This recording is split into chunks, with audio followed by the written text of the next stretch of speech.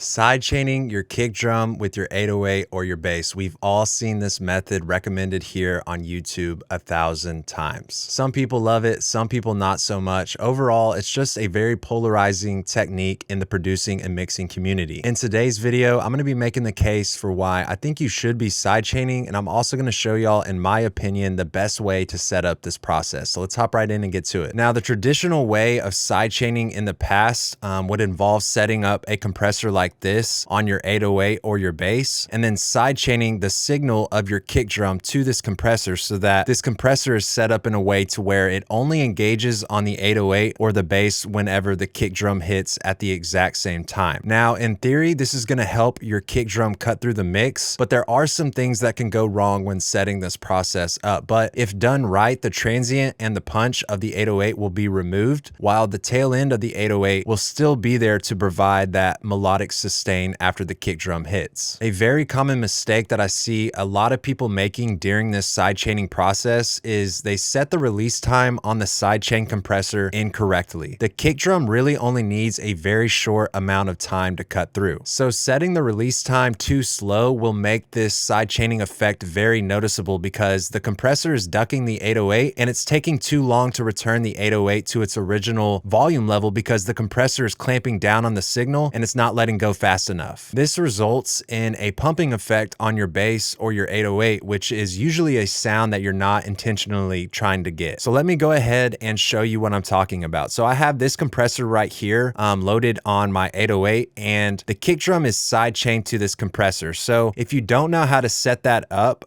do a quick YouTube search on how to set up sidechaining in the specific DAW software that you're using. I'm in FL Studio today, so you'll see here on the mixer that I have the kick sidechain right here to the 808's mixer channel, and then on the 808 I have this compressor loaded, right? And you'll see right here on the processing tab that I have the kick drum activated as my sidechain input to the compressor. All right, so back to this compressor, we have a pretty high ratio set at 20:1, and I already have the threshold pulled down, so we're ready to get some gain reduction on this 808. I have the attack time set to the fastest setting possible, so that way, whenever the kick drum hits, this compressor is going to instantly engage and pull down on the volume of the 808. Now, I want you to take notice to the release time that I have set here on this compressor. It's set very slow, which again is the most common mistake that I see. Now, obviously, a lot of people aren't setting it this slow, but I really just wanted to exaggerate this effect so that way you can really hear the pumping sound that's being applied to this 808. So let's go ahead and take a listen.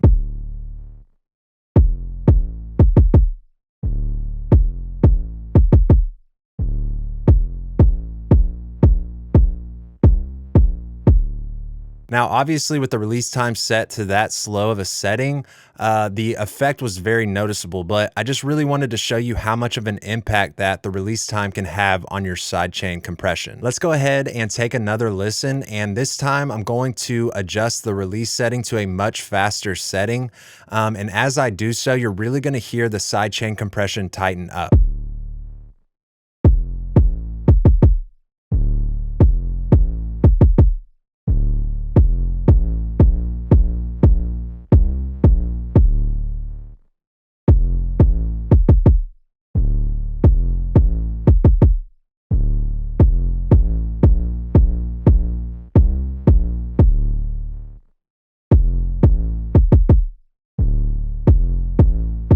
All right, so we settled in with a release time of about 40 to 50 milliseconds. And this is usually all the time that you're gonna need for the 808 to be ducked down because the kick drum doesn't actually need all of that long for it to punch through. Take a look at this kick drum sample here that we're using. You see how quick the kick drum hit actually is. You're really just trying to time your sidechain compressor to duck the bass down while this kick hits. And remember, you're really dealing with milliseconds here. The hit of the kick drum is over so fast that you really want that 808 to come back to its original level very quickly, or else it's going to change the sound of the 808 too dramatically. So now that we've really honed in on how to avoid setting the release time incorrectly, I want to show you a more efficient way of sidechaining that I personally think is more effective at what we're trying to accomplish. So I've removed the compressor from the 808 and I've instead loaded this plugin right here called Duck, and it's made by Devious Machines. I'll go ahead and put a link to this plugin in the description. It's not expensive. I think it's like $30 on Plugin Boutique, but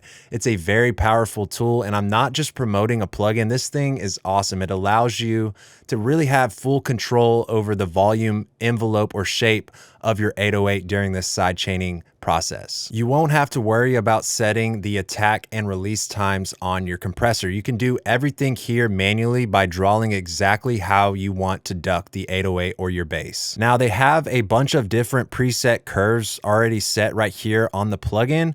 And honestly, right here, this curve is a perfect starting point for me 99% of the time. Now, if you want to add a point to this curve, you can just left click anywhere on the plugin and it's going to add a control point that you can kind of move around. And then in between each control point, you have these adjusters right here. So that way you can kind of manipulate the specific steepness of the curve. Over here on the left side of the curve is what I like to think of as the attack time on a compressor, right? This is where you're going to get the ducking of the 808. And then as this curve makes its way back up to the top, this is what's acting as the release time on a compressor. This is what's letting go and bringing that volume of the 808 back to its original level. In my opinion, this plugin right here is much easier to use as opposed to a compressor because one, everything on this plugin is visual, so you have full control. You can see what's going on. And then two, all compressors have different characteristics as far as attack and release times go, which make it harder to really dial in all of the settings correctly. Now you want to enable the kick sidechain signal to this plugin. So that way it's only activated whenever the kick drum is hitting at the same time as the 808. So down here in the bottom right of the plugin, just click on trigger mode and select sidechain. So next on this plugin, you have the trigger level, and this is going to control how much kick drum level is needed to activate the ducking effect of this plugin. So I usually always have this set pretty low because as soon as I get any signal from the kick drum, I want this plugin to duck the 808. I always have this smoothing effect turned all the way up, and this is just going to reduce any glitches or clicks that are added to your audio. The amount knob right here in the middle of the plugin, this is going to control the actual strength of this effect. And I usually always have this set at 100% because I want to completely duck the 808 whenever the kick drum hits, and I'll show you why here in a minute. Next, we have the crossover section, and when this is activated, you can actually specify which frequencies you want to duck, right? So you have the crossover knob right here, and this is just going to set the threshold or that crossover point between the low frequencies and the high frequencies. So right now we have the crossover set at about 500 Hertz. And then if you have the low knob turned all the way up, all of the lows are going to be ducked. And then you could basically pull the high knob down so that way not all of the high frequencies are getting ducked, only a certain portion of the high frequencies will be processed. But for me, I want full clarity on the kick drum. I don't want any frequencies getting in the way whenever the kick drum is trying to hit. So I always have the crossover section deactivated. The speed right here is just controlling the grid at which your sample is placed on. So if you have a longer speed, the grid is going to be more stretched out, and that way you're not going to have as much control over the 808 or whatever sample you're loading into this plugin. So I usually always have the speed set at like 1/4 or an 1/8 note, so that way I can really, have full control over the entire 808. Basically, the faster you have this speed set, the more zoomed in you'll be on the grid. So let's go ahead and listen to this kick in 808, and we're going to make adjustments to this curve as needed. You're going to notice as I drag this curve to the right more, I'm going to get a longer ducking effect, which usually is going to result in that pumping sound that we heard earlier with the compressor, which is what we want to avoid. So we don't want the side chaining to be noticeable. We don't want it to be apparent that we're ducking the 808. So you really just want to set this perfectly to where you can hear the kick drum, cut through the mix clearly, but also to where you don't actually hear the 808, pulling down. There really is a sweet spot to where to set this curve, but you have to trust your ears whenever, you're setting this curve.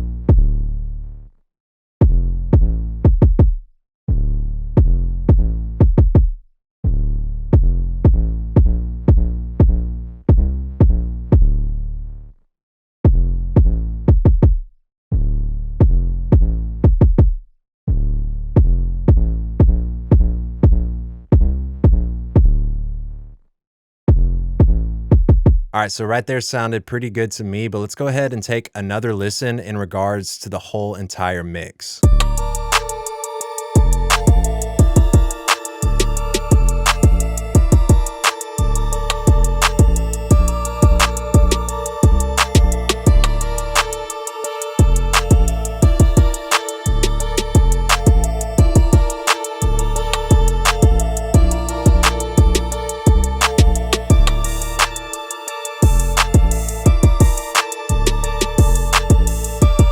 Okay, so when the entire beat is playing, you really can't even notice this effect taking place, but that's what we want. We don't want this effect to be noticeable.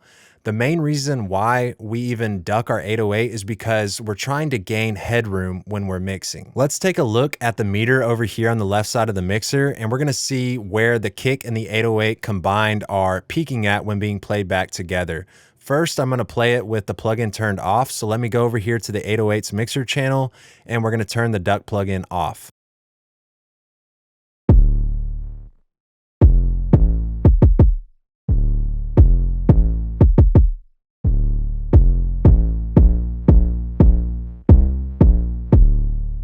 Okay, so together the kick and the 808 right there, we're peaking at about -7 decibels. Now let's go back to the 808s mixer channel and turn that plugin on. And now let's take a look at our meter.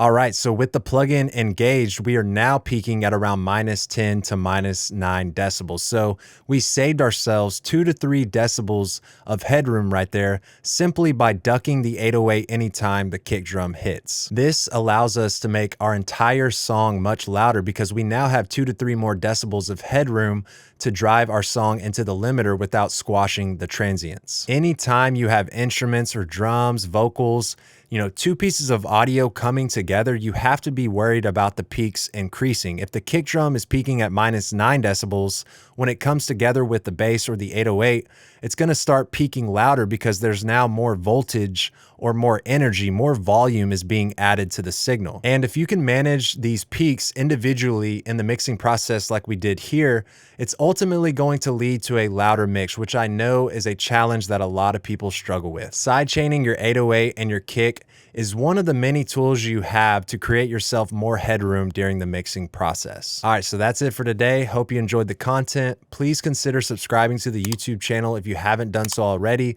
Leave me a comment, let me know what you think, and I'll see you in the next video.